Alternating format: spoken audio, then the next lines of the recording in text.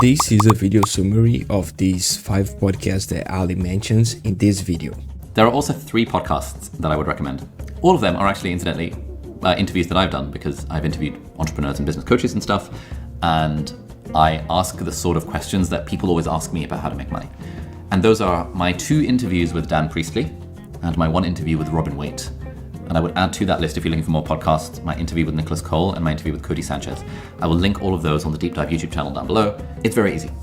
If you have not yet read those 4 books and listened to these 3 to 5 podcast episodes, and you are trying to make money on the internet and you don't know where to start, and you're trying to be financially free, you're just just do that. It's such an easy first step. So let's go to the first video.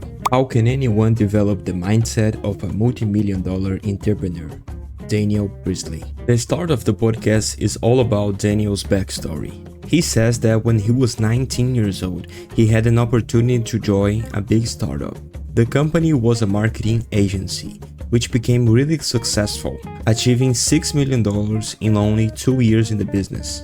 So he ended up learning a lot, and from the knowledge that he got in those years, he decided to start his own company. His company was focused on lead generation, which is the way you get someone to signal you if they want to do business with you. So his company was about creating introduction events who gather a number of people that are interested in a particular subject. Then when you get their information, they become a lead, which are your prospects. So his company would set up those events and get paid by other companies. Sometimes he got paid by the lead he generated, and sometimes by the sales that company made. Further down this conversation, he mentions that he would highly advise someone to join an existing startup because it will make you learn a ton. When you join a small company with a small team, you can learn everything that happens in the company from head to toe. You know everything that is going on and you learn a lot about the process. In the next section of the podcast, Dan talks a little bit about the strategy that he uses to promote his event in the marketing agency. He says that instead of promoting the product right away, it's actually better to do an introduction to the product, which is kind of a low-risk first step. In the next section, he explained that he was quite shocked that his business was successful so quickly. So he explains the concept of the J-curve. So there are some businesses that are compounding businesses, and there are businesses that are what's called a J-curve. A J-curve is where it loses money before it goes up. And that's the shape of the cash flow is the J, right? That's what the J stands for. It doesn't stand for anything that begins with J. It's the shape of losing money and then making money. So that's called a J-curve business. And a J-curve business a lot of the time is like technology. So let's say you spend $1 million building something of tech related, and then you sell it for £10 a month, $10 a month, right? I'll keep jumping between dollars and pounds. But you would have what's called a naturally occurring J-curve. You've spent all this money to build something, and now you've got someone paying $10 a month. Now you've got 10 people paying $10 a month. So now the J-curve starts. Now you're compounding. And and hopefully you get to the point where, when we hit 5,000 people, then we break even. And then when we hit 10,000, it's all profit. And, so that's the J-curve. And the uptick of the J is what you're hoping for. That's why you're in it in the first place. But you've got to get through the J. However, there are other businesses such as the service business, which you can make a profit real quickly and you don't have to spend so much money to build a company. Ali also mentions that building a YouTube channel is kind of a J-curve because you're going to spend a lot of time without seeing any results until you hit that threshold that you actually get monetized. Furthermore, he says that a non-J-curve business has a lot of frictions, because you have to convince someone to give you a lot of cash for your service. So you have to generate leads, create sales, so normally it involves a detailed sales process. Then in the next section, they discuss the importance of leveling up your freelancing gig, so you don't actually just keep being a freelancer all the time. If you scale that, if you hire more people, you can develop a business around that, and you can make way more money than as if you were doing the money on your own. Then Ali asks him about his relationship with money. Here he tells a really funny story about a thing that his mentor asked him to do at the time. The guy told him to keep $1,000 in his pocket all the time throughout the day. That was only meant to desensitize himself about money. So when he was about to close a deal for $5,000, he knew that okay, $1,000 is just pocket money, so it's not that much. So he was not impressed by the amount of money that he was closing the deal with, but rather he was involved with that type of transaction. Another story that he says that he learned from his mentor is about lead generation, which is the whole focus of this podcast, by the way. in which he says that you cannot build a business if you cannot generate leads. Also, he says that it is important to understand why people buy things. Then he says what's the combination that triggers every single sale. The other thing that triggers every single sale is a combination of emotion, logic, and urgency. So and I've found that all businesses are only really naturally good at one. So some businesses naturally are good at generating emotion in their customers, but not logic or urgency. Some businesses are really good with the logical side of why you should buy, but they're not very good at the emotion or the urgency. And some businesses are the hard sales business. They turn the screws and they're all about urgency, but they're not very good at logic or emotion. Then Ali asks him how he became so good in sales and marketing. And he says that one of the most important things about sales and marketing is to ask questions. So understand why the person is buying from you. Then they talk about the importance of urgency, which is to create desire for your product. In the sense that your product is exclusive, people are going to be more prone to take action. Then they spend quite some time talking about his background, also talking about his book. In here they talk a little bit about how the world is changing, so how there are many kids that are making tons of money on TikTok while others are working hours and hours in the day job and not making as much money. Furthermore, they talk a little bit about the mindset of the entrepreneur, which is to be curious all the time, to be able to ask dumb questions and not worry too much about it. Later they talk a little bit about how to come up with the idea for your business. So the guy suggests a method that's called ideation, which is to think about 10 ideas and you start to narrow down which ones you most identify with or you think that has the best chance of success. Then they talk a little bit about work-life balance, in which he says a very interesting take about starting a business in your 20s, which he says that, in your 20s you have more flexibility to work toward your business because you don't have a family yet, you probably don't have kids, you don't have a wife, so you're more prone to hustle. He also says that the entrepreneur life is very risky, so you better know what you're doing because you can end up wasting all of your life saving in an idea that was not really fit for the market. So he says that the best thing you can do before launching your product is to receive signals from the market that they actually want it. To see if people want to buy your product, you can do some research with them.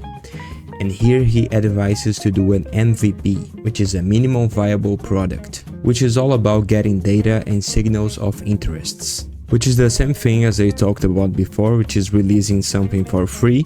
See if people are interested in taking it, and if they do, then that's a good indication that they will be interested in your product as well. In here he came up with a concept called a scorecard, which is kind of a glorified online quiz. It's kind of a personality test that's going to give you a score. Depending on the score that the person gets, they're gonna think that they need to improve something. So for example, if you're aiming to be an English teacher, you can create a quiz which is gonna say like, come test your level of English. And you see that people are going to take the test, and if they receive a bad score, then they're probably gonna think, okay, so I have to improve my English skills. So you approach them and offer your online lessons. So a scorecard is an awesome tool that you can test your idea on, because if a lot of people take your scorecard, then that means that they are interested in your product.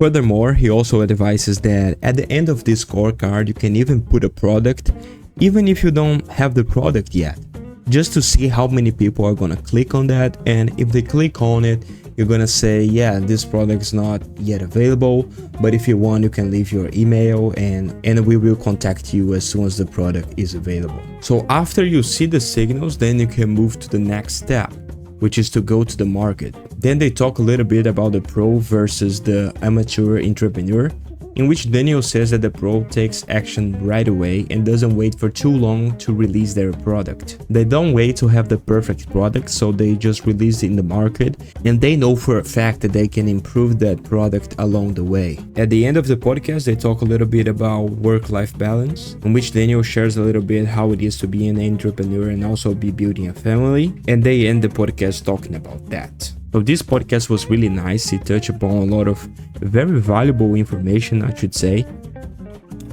And one of the most important things that I took from this podcast was about generating leads, which is the most important thing that you can do in a business. And the other one is about that J-curve and non-J-curve, business ideas, which can define a lot about the expectation that you have about an idea. So don't pick a J-curve idea and expect to make money right away, So I'm gonna give this video 5 stars. Entrepreneurship Masterclass, how to make from 10k to 1 million per month. Daniel Priestley. Now this is the second video with the same guy being interviewed. This video is going to cover how to make your first 10k a month, then to scale that to 100k a month, and then to $1 million a month. Daniel starts the video saying that being an entrepreneur is like building a Lego set. You first get a bunch of pieces, you don't really know what to do with them, but then if you follow the steps, you're going to be able to create what is in the box, and you are going to get there. Then the first things Daniel says is to define what kind of business that you want to have. If you want to have a lifestyle business, which is going to give you freedom, decent amount of money, and it is going to make your life better, but you don't have that massive urge to grow the company. And the other side of that is to do a performance business, in which you want investors, you want to grow this business as much as possible, and you want to make 7 figures income with that, and you basically just want to be super rich. Furthermore, he says that you should do something that is kind of aligned with your background. That could be either something that you worked before or a passion of yours. So it doesn't make sense for you to try to do, for instance, trading if you don't have a passion around it or if you have no background. It doesn't make sense to start doing something just because you heard someone is making money doing that and you want to do the same. Then they talk a little bit about coming up with an idea for the business, in which he says the same thing as he said in the other podcast. How does one go about finding ideas? Is it a case of you lock yourself in a room with you and your buddies and you're like, think of some business ideas, or what's the... You come up with 10 ideas and you pick the best 3. Okay. Yep.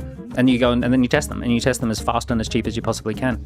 So you're looking for an idea where you push the door and people respond. Push the door and it opens. You're not trying, like, I hate how people think entrepreneurship's really hard. It is really hard, but it's hard. The good types of businesses are hard because there's too much to do and not enough time. So like the hard problem that you want to have is there's too many people who want this and I can't keep up with them. Yeah. I've got 40 people to call back today and I don't have time to call back all 40 people.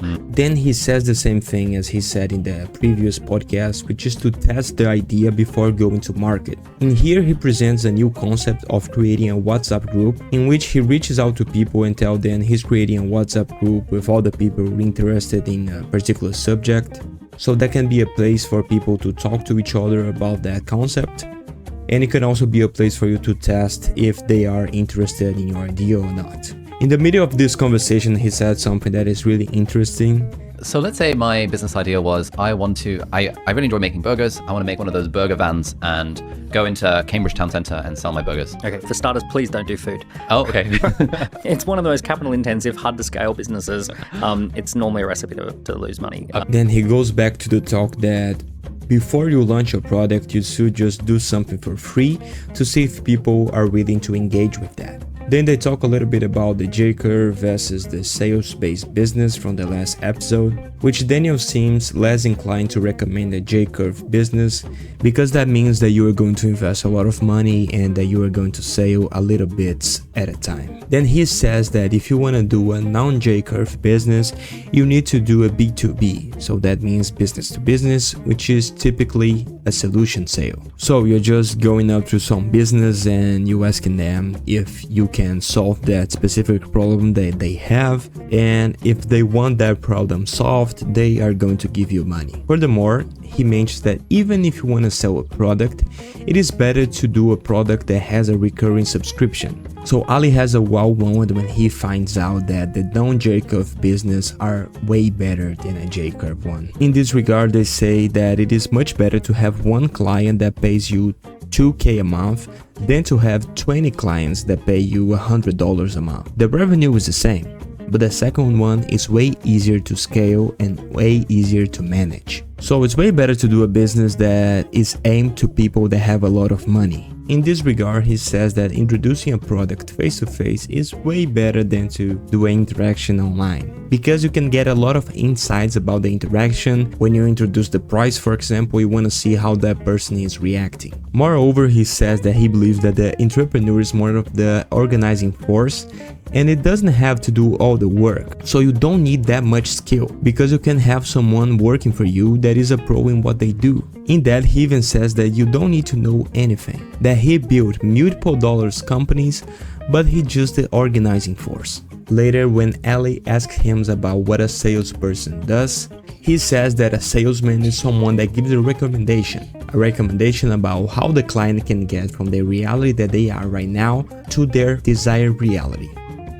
So a salesman asks a lot of questions. He also says that a salesperson needs to organize themselves in the idea of LAPs, which is leads, appointments, presentations, and sales. Who are your leads? Who are the people that might buy? Can you book an appointment to speak with them, right? Actually get their commitment to just focus. Yeah. Can you present them with a solution? Can you actually do a presentation or an actual conversation? And then can you ask them whether they would like to go ahead or not? And those are the 4 steps: lead, appointment, presentation, sales. Which is basically the funnel. He also says to get as much feedback as possible from your clients. Don't take anything personal. You're just a scientist conducting experiments. With curiosity. Now they enter the part where they go from 10k a month to 100k a month. That's when the team needs to expand for around 8 people. In this stage, you can no longer do one-to-one sales. Now you need to engage groups. That means doing Instagram ads, doing events, presentation on a podcast, etc. Then he spends quite some time talking about how you need to establish yourself as a key person of influence, because people like people. They are way more likely to engage with your brand when there is a face to it. So you are the one on stage doing group works, publishing content, etc. Also, there's also in this stage that you expand your products. So you go from only one product that you were offering several products now. Also, he says that you need to expand from the product that you had before. So before you were only offering one product, now you have several of them, several variations. Then he says that the 4 types of products are gifts, products for prospects, the core offer, and the present for clients. Later they talk a little bit about team dynamic. Also they talk about business assets, which are things that leverage your business growth, such as media presence, software, etc. Then they get to the point that they talk about growing your business to millions, which is basically growing your team, making the subdivision category into small teams, expand to different cities, and make the product more specific, such as having the product for a very particular niche. Also in this expansion, they talk about the personal brand, having an audience and people who trust you, so you can partner up with some other businesses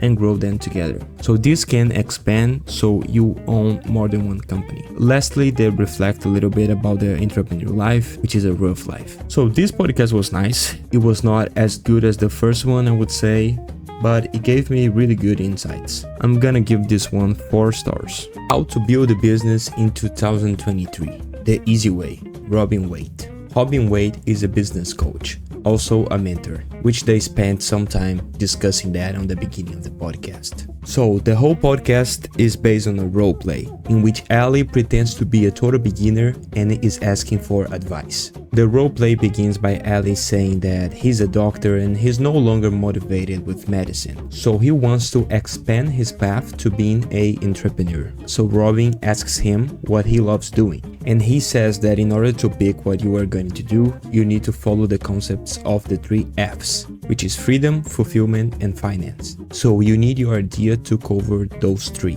Then in the roleplay, Ali is not really confident about his skills, so Robin motivates him. So Robin is really motivational, claiming that you should do something that it is related to your passion and you should believe yourself. In this sense, he encourages Ali to take action today, because 20 years ahead, Ali is gonna thank Ali from today for taking the action. Then Robin says that you should take the first small step just to put your idea into action and do not procrastinate. So he advises you to make a list of 10 items with all the ideas that you have, and then you start to rate those ideas based on the 3 F's. So how much you love the idea, how much freedom this idea will provide you, and if you can monetize that idea or not. Ali then pretends to have an idea to be a relationship coach, because he says that he likes to give advice to his friends in their dating lives. So Ali starts to think what he would provide for the client. So that includes setting up a dating profile to motivate clients to go out and go on dates, meetups, and get to know new people. Also including the briefing after dates, and they keep imagining what his package is gonna offer. When they get to the point of pricing, Ali says that he's a bit hesitant to how much to ask because he doesn't have any qualifications yet, he says. But Robin says that when you think about in the client's perspective, they could be paying you to meet the lover of their lives. So you cannot really put a price on that. So Robin says that in terms of being a coach, it is way better to be in the more expensive end of it, because that's gonna make you get clients that are more invested. And also you wouldn't need that many clients. In this conversation, Ali realized that he lets go about a lot of his anxiety to charging a price that's too expensive when he thinks about the possibility of a refund. So if the person is not satisfied with his services, they can just ask for a refund if they didn't see the value in it. Then in terms of finding clients, Robin says that you need to find 10 people, sit down, have a conversation with them and pitch your offer. Even if only 2 people sign up, that's already good.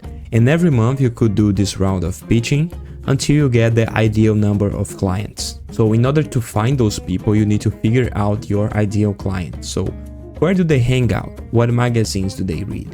What Facebook groups they are part of? You can run a Facebook ad. So also you can give away a Google Doc in exchange for their phone number and email address. In that Google Doc you could put an outline of your method. You could also put some case studies, success stories, and etc. You could also do dating meetups. So that's basically what we saw in the other podcast, in which they say that you should offer something for free in order to get the lead, and then you're trying to sell them. Afterwards, they say that if you have a lot of demand, you can scale that business by doing workshops, selling a course, and etc. Afterwards, he talks a little bit about managing finances, in which he advises you to keep your expenses low and to reinvest back in the business. When talking about pricing, Robin says that you should not charge by the hour, but actually you should charge on the result that the client is having. Furthermore, they talk a little bit about rejection, which is to detach yourself from your business.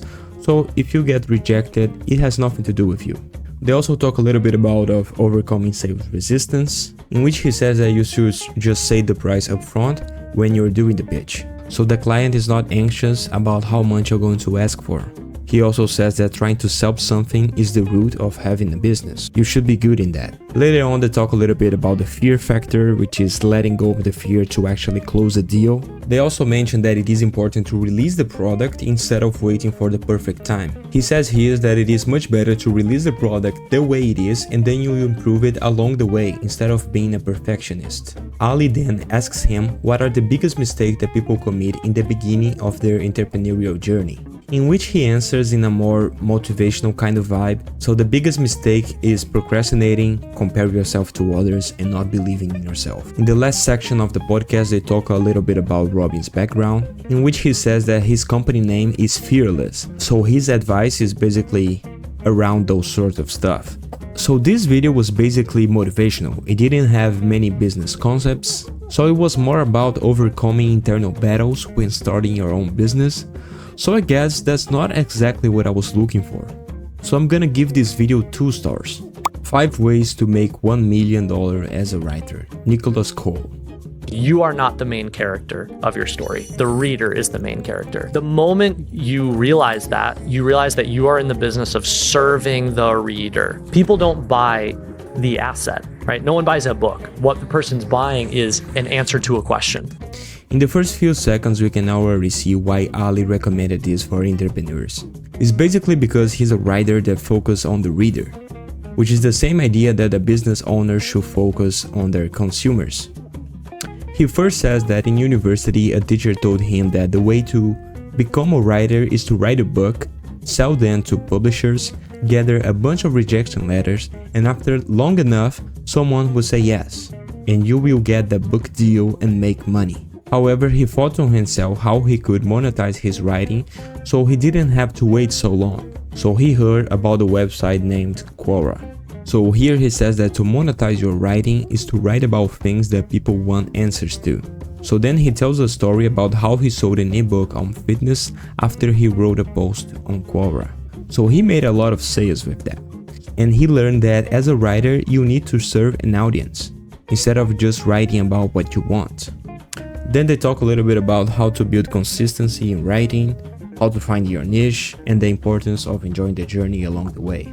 Afterwards, they talk about different types of writing, covering ghostwriting, copywriting, sales copywriting, paid newsletter, and writing books. So the rest of the podcast is not really that much about building a business, just only about writing and stuff related to it. They cover a little bit on the topic of monetizing your service online, but don't go too much in depth around it. So I can see that there is some value in this video, that it tells me to focus on the client rather than doing something that you just feel like doing it. But this podcast is actually more about the writing and not really about business. So I'm gonna give this video 2 stars. Unlock Financial Freedom. Secrets from a 50 million portfolio. Codie Sanchez. The first minutes she's just explaining her backstory. Next they talk a little bit about how to choose your career path. Then they talk about women in the workplace. Then she talks a little bit about corporate and hustle culture, which is really about how much pain you can tolerate. Furthermore, they talk about struggle, in which she says that you don't need to struggle forever, but struggle is part of life, and that's what's going to bring you happiness and success. But on this point, the podcast becomes really interesting because Ali doesn't have the same idea of struggle that much, because he's more focused on the work-life balance and do the feel-good productivity, which is to enjoy what you are doing, and that's the best way of doing it. So to support his idea, he mentions that many people on their deathbeds, they regret that they work too much. And that many people, when they are in their 20s, they just want to be millionaires. And when they are millionaires, they just wish they were in their 20s again. So Ali was not really sure about what she says that struggle is happiness. But when you said when you said struggle is happiness, that's where I was like, oh, I'm not sure. I would venture that balance is happiness. They then talk a little bit about finding purpose. And then the rest of the podcast is just then covering topics of expectation, hard works, earning money before you start investing, and some of her advice for younger people. So this podcast has very little to do about business or financial freedom. So I'm gonna give this one 2 stars. And also thank you very much for watching this video until here. I'm just starting this channel in which I plan to do the summaries of videos about many different topics about money, financing, self-development and stuff like that. So if you want to support the channel, please subscribe and like the video. Thank you very much.